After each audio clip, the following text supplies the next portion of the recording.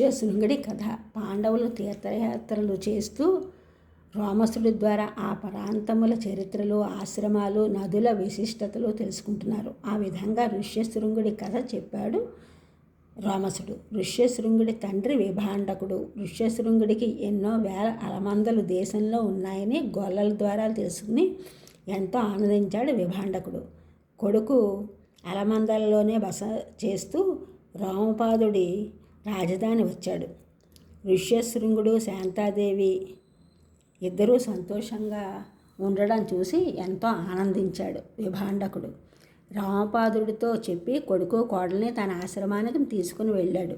రామపాదుడు దశరథ మహారాజు స్నేహితుడు. రామపాదుడికి సంతానం లేని కారణంగా దశరథ మహారాజు తన కుమార్తె శాంతాదేవిని రామపాదుడికి అభిమానపూర్వకంగా ఇచ్చాడు. ఆ విధంగా ఋష్యశృంగుడి కథ విని ముందుకు సాగారు పాండవులు. గంగా సాగర సంగమంలో స్నానాలు చేశారు. వైతరణిలో స్నానం చేశారు. ధర్మరాజు రామసుడితో ఇలా అన్నారు: మునీంద్ర, ఈ నదిలో ఆచమనం చేసి మానవ విషయాలలో నుండి ముక్తి పొందాను. సర్వలోకాలు స్పష్టంగా కనిపిస్తున్నాయి నాకు. ఇదిగో వానప్రస్థులు చేస్తూ ఉన్న వేద పఠనము వినిపిస్తోంది. ఇదంతా మీ అనుగ్రహం అన్నారు.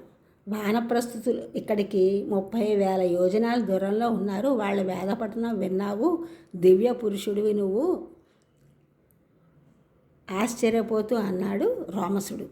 స్వయంభువుడైన విశ్వకర్మ పూర్వం ఈ వనంలో యజ్ఞం చేసి యజ్ఞదక్షిణగా దక్షిణ భూభాగం యావత్తు దానం చేశాడు. దానికి కోపించిన భూదేవి పాతాళానికి వెళ్ళిపోయింది. ఆమె కోసం కశ్యపుడు ఉగ్రమైన తపస్సు చేశాడు. ఆమె వేదిక రూపంలో కశ్యపునికి నిజ రూపం చూపింది. ఆ వేదిక ఎక్కితే వీర్యవంతులు అవుతారు మంత్రోపదేశం చేస్తాను. ఈ మంత్రోపదేశంతో వేదిక ఎక్కి వీర్యవంతులు అవ్వండి. మంత్రం లేకుండా ఎక్కితే సముద్రంలోకి వెళ్ళిపోతుంది వేదిక అని మంత్రోపదేశం చేశాడు రోమసుడు.